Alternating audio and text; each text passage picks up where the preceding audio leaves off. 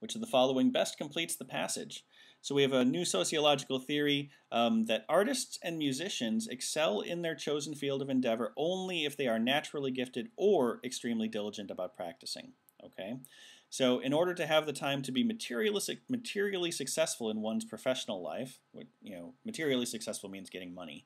The author of the theory claims one must not undertake a creative pursuit unless one is naturally gifted at it. This injunction makes many assumptions, but does not presuppose what? Okay, so if you, in order to be a successful artist or musician, you either have to be talented, or gifted, or work on it all the time.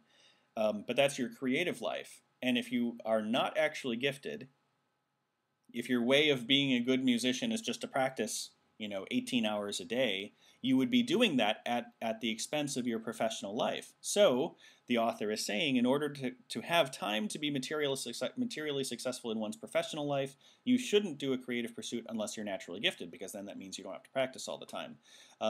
It makes many assumptions. All of the answer choices are going to be assumptions made by that theory or that advice, except one. So A, professionals who spend a great deal of time practicing the creative pursuit will not earn much money.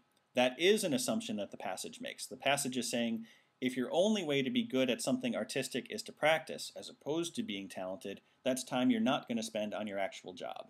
So it does assume this, so that's not the answer. B, only people who are naturally creatively gifted can succeed both creatively and professionally. That sounds true also, because basically the thing that they're spending their time on is the profession, and the thing that they're naturally gifted at is their creative side. So only people who are naturally gifted will have enough time to devote to have success in both things. That is an assumption that the argument makes.